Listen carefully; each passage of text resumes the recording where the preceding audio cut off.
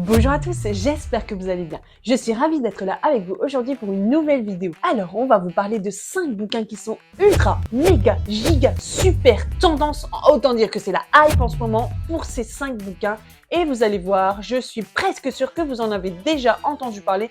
Et qui sait, peut-être que même l'un d'entre vous en a déjà lu un. Alors, je vais faire une story à la une sur mon Insta pour vous présenter ces 5 bouquins et vous demander de me choisir lequel je devrais lire. Donc, n'hésitez pas à aller sur mon compte, vous pouvez le voir ici. Alors, ces livres font partie de la catégorie littérature blanche, autant dire littérature générale, un peu feel good. Il n'y aura pas de thriller, de fantasy, tout ça. Peut-être dans une autre vidéo, on verra.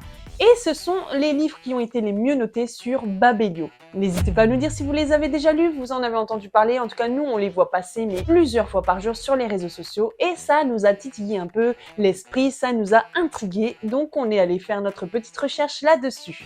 Allez, c'est parti!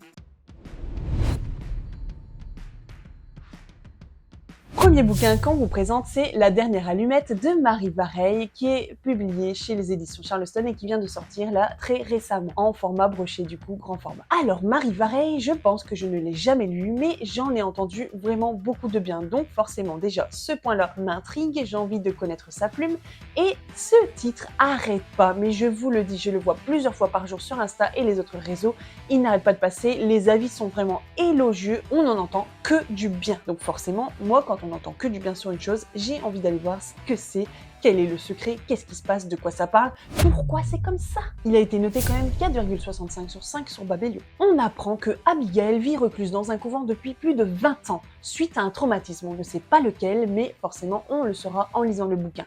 Elle a un frère qui lui vit un peu sa vie de bohème, artiste à Paris, qui vient de rencontrer une fille qui s'appelle Zoé. Et quand elle apprend ça, Abigail, elle tremble un peu, elle a un peu peur, et elle se dit mais personne ne connaît mon frère mieux que moi. Alors, je ne sais pas ce que ça veut dire, mais en tout cas, ça m'intrigue. J'ai envie de savoir pourquoi elle a peur que son frère ait une copine. Et j'ai envie de savoir quel a été le traumatisme qui a fait qu'elle se soit mise dans un endroit où elle parle à personne, elle est dans le silence, et puis elle ne vit plus, en fait. De ce que j'ai entendu dire, c'est un roman captivant, brillamment écrit. On y retrace un peu la vie de ces deux personnes, de leur enfance jusqu'à la vie actuelle, en parlant de ce qui a pu arriver et pourquoi ils en sont là. Bref, je pense que ce livre a l'air super intéressant, ça me donne envie de le lire, j'en ai l'eau à la bouche.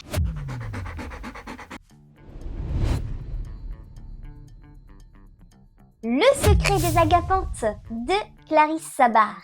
Le tome 1, Flora et Joséphine, qui a été publié aux éditions Charleston aussi, et qui vient de sortir aussi. Donc là, attention, c'est une saga, il y a plusieurs tomes. Flora, Stella et Morgane sont cousines. Leur grand-mère était des sœurs. Lorsque Juliette, la dernière sœur de la lignée, décède, elle lègue sa maison en Normandie et la librairie attenante aux 3 jeunes femmes.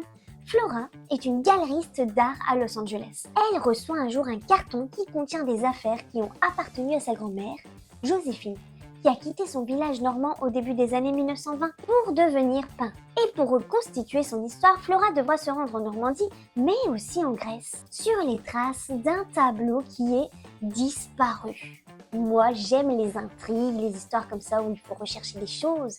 Ça a l'air très prometteur et intéressant. En tout cas, tout le monde en dit du bien, j'ai déjà vu passer sur les réseaux. C'est un livre qui plaît beaucoup à tous. Promis juré, qui a été écrit par Isabelle Lagarrigue et qui vient aussi de sortir aux éditions Charleston. Il a eu 4,64 sur 5 sur Babelio, donc autant dire que presque tout le monde l'a aussi aimé, il est adulé aussi ce bouquin. 3 personnes reçoivent un courrier comme quoi ils sont convoqués au juré d'assises pour une affaire au tribunal. Donc ils vont passer plusieurs jours ensemble au tribunal et ces personnes ne se connaissent pas. On a 3 personnes de milieux différents qui vivent une vie complètement différente, des métiers qui n'ont pas de rapport. Au premier abord, on peut dire que ces personnes n'ont rien qui pourrait les attacher les unes aux autres. Mais apparemment, dans cette histoire, on va voir que ces gens vont se lier d'amitié et vont déverser un peu leur vie les uns aux autres et on va apprendre un peu la vérité sur leur vie. C'est un roman choral percutant de ce que j'ai entendu dire. Et ça me titille un peu, ça me donne envie de le lire parce qu'on est dans une ambiance un peu différente de ce qu'on pourrait lire habituellement. On est dans un tribunal, donc des affaires judiciaires, juridiques. Et moi, j'ai un côté aussi un peu là-dessus. Je fais des études de droit. J'aime les affaires criminelles, j'aime regarder des thrillers, en lire, regarder des films policiers. Bref, ça m'intéresse aussi un peu cette ambiance qu'il y aura derrière cette histoire entre ces trois personnes, cette rencontre qui va être apparemment vraiment étonnante.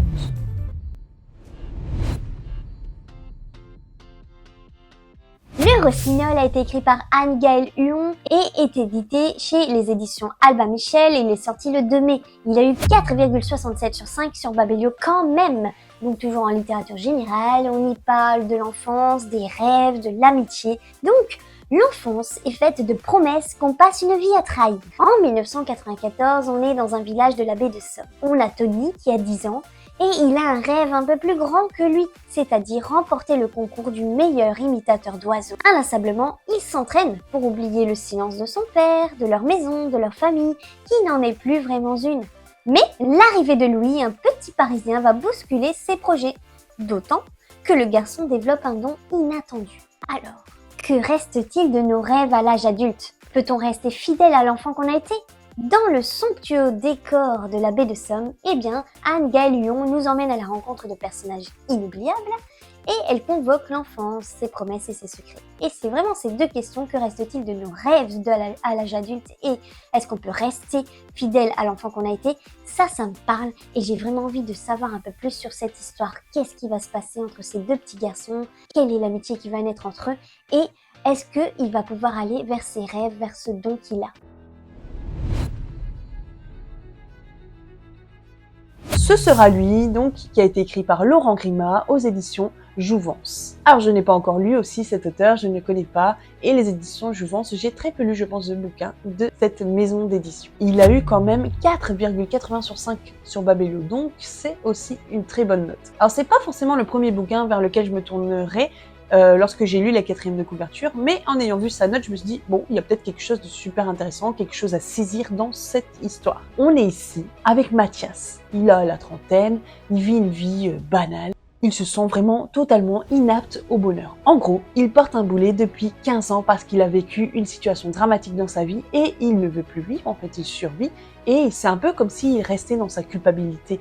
Il ne se permet pas de vivre. Une seule chose qu'il fait encore et qui lui fait du bien, c'est la course à pied. Et un beau jour, lorsqu'il part courir, un accident survient. Lorsqu'il se réveille, il est entre deux mondes et il voit un homme face à lui. Un homme étrange qui lui révèle qu'il est mort. Contre toute attente, Mathias peut encore changer son destin.